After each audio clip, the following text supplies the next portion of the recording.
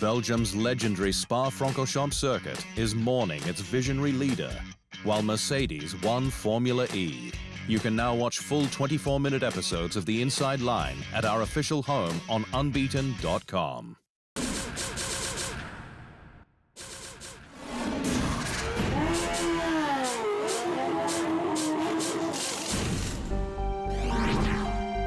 Belgium's Spa-Francorchamps circuit has been shocked to its core, with news that its CEO, Nathalie Maillet, has died aged 51 in what has been reported as a double murder-suicide. Maillet, who was instrumental in bringing new racing to Spa, was found dead by police last Sunday in her Luxembourg home, along with the bodies of her husband and another woman. An investigation is ongoing. The circuit, but also motor racing, has lost today a passionate woman, strong in her convictions and always looking to the future, said a statement from the Spa circuit. Mercedes is set to quit Formula E after the 2022 season, despite winning the Electric Series maiden FIA World Championship in Berlin on Sunday. Nick de Vries was also crowned the new champion of the world, despite 4 points scored in the final race, with team boss Ian James stating the team's success has been built on Mercedes' F1 experience. It's been a real privilege to be able to almost cherry pick the bits that are going to be appropriate, if you like, for Formula E, and then adapt other things to make sure that we've got something which is suitable for the task. And a lot of it, at the end of the day, I think the biggest thing that I've learned is the spirit of the team. James also revealed that the biggest cultural influence is in the openness at the squad, with constructive criticism welcome.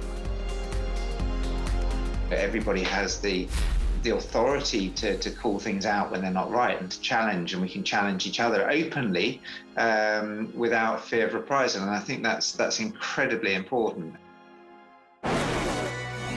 F1 will return to Zandvoort next month, with the Dutch Grand Prix given the green light with a 67% capacity allowed, a restriction that the organizers are happy to proceed with.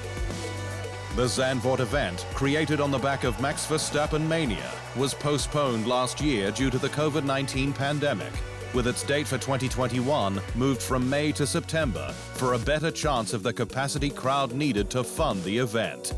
But following new Dutch government limits, the organizers have decided to invest in the event's future. Miami has been confirmed for an early May slot on next year's calendar, with Formula One boss Stefano Domenicali stating there's high demand for tickets despite sales yet to begin. Miami has been a long time coming to F1, with plans for the second US event dating back to 2017. And the race to be held around the city's Hard Rock Stadium, home to NFL team the Miami Dolphins. A May slot for Miami allows a 5-month gap to the United States Grand Prix at Austin's Circuit of the Americas, and Haas boss Gunther Steiner is excited about the event's addition. Miami, it's a good thing for F1 to go, because it's I think it's one of these iconic cities in the United States, and it's known all around the world, and it's good for Miami as well to get Formula One there, in my opinion. So I think it's a great opportunity for Miami and for Formula One to grow the sport. Aston Martin has given up on retaining Sebastian Vettel's silverware from the Hungarian Grand Prix, with the Minnow squad withdrawing its appeal against his disqualification. Vettel finished second on the road in Budapest, but was disqualified post-race after the team was unable to extract the required 1-litre fuel sample, with just 300 millilitres provided, well down on its estimations. During a post-event review, Aston Martin reasoned that a system failure had discharged a significant amount of fuel, but the FIA said that did not excuse a failure to comply. And it's this decision that ultimately led the squad to call off its appeal. Having considered our position and noted the FIA steward's verdict that there was clear new evidence of a fuel system failure, we have nonetheless withdrawn our appeal on the basis that we believe doing so outweighs the benefits of it being heard, tweeted Aston Martin.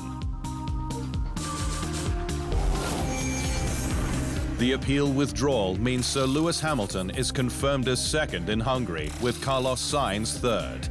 Alpine's Fernando Alonso and Pierre Gasly from AlphaTauri closed out the top 5. Ferrari expects to come back with a bang in Belgium, with the Scuderia planning a significant power boost for the next race. The prancing horses equal third in the constructors' standings with rival McLaren, a place it's got its eyes set on as its positive objective, but will need to hustle to stay ahead. In 2021, teams can only update each of the 6 power unit elements once, with Ferrari's upgraded components set to fulfill its allocation as part of its development towards F1's new era in 2022. And Ferrari team boss Mattia Binotto expects the upgrades will deliver a big step towards claiming third place outright. The team is doing well, and we are improving. I think we can achieve it, that's no question. But it has to be a consequence of us improving in all areas, he said. Renault's power unit efforts have been dealt a significant blow, with news its engine technical director Remy Taffin left the French manufacturer at the start of July by mutual agreement. Taffin, who joined Renault in 1999, will not be directly replaced, with his former duties to be shared amongst current staff. Renault brand Alpine continues to trudge on alone with the sport's least powerful engine, the E-Tech 20B, which it has used with very small changes since 2019. With an upgraded unit featuring new architecture and improvements to power and energy management for a big step forward, initially planned for this season, but delayed until 2022, given factory closures and work done from home during the COVID-19 pandemic. And it's a decision that sits heavily with Alpine top brass. I believe it's the right one, but it's painful, because as a result this year we lost ground compared to our competitors, said Alpine Executive Director Marcin Budkowski. Ferrari engineer Jock Clear says Scuderia protege Mick Schumacher has impressed across his first 11 races in F1. With his pace at Haas sweeping clean long-held beliefs, he takes a season to get up to speed. Schumacher has generally had the measure of teammate Nikita Mazepin, but Clear, in a chat with F1's official podcast Beyond the Grid, didn't expect him to come out of his corner swinging. People said to me at the beginning of the year, yeah, but how's he going to get on against Mazepin? And I said, well, yeah, I wouldn't be surprised if Mazepin actually starts off out qualifying him a few times because, Mick takes a while to get up to speed, but actually not the case. Schumacher's raw pace was a focal point this year, but Clear is far more impressed with the young German's dedication and commitment. It was an area that we identified, and it's an area that Mick has addressed, and I think that is his best trait at the moment. You tell him something once, and he's on it, and he deals with it, and you're like, oh my God, he's fixed it. And that will serve him very, very well. Intelligent drivers are such a pleasure to work with. Former Grand Prix driver Takuma Sato says his countryman, rookie Yuki Tsunoda, has massive potential in F1, but just needs more experience to make the most of his talent. Tsunoda, who joined the sport this year from F2, in which he finished third with 3 wins, has struggled so far to match established teammate Pierre Gasly. But Sato, speaking with Australian Grand Prix podcast In the Fast Lane, says he's got what it takes to succeed. Every single one of us observed already the Yuki's low speed is just no question, right? He's tremendous speed and he's a very fast guy, but he's only 20 years old, 21 maybe. Tsunoda has scored 18 points to Gasly's 50 across the first 11 races. But Sato, who has twice won the Indy 500 since departing F1, says it's tough to make a true comparison from the outside. The team knows what Yuki is capable with, but the outsider, it's very difficult to judge who's got the potential. But I believe Yuki has got a massive potential to success in Formula One. He just needs to have more experience, to be honest.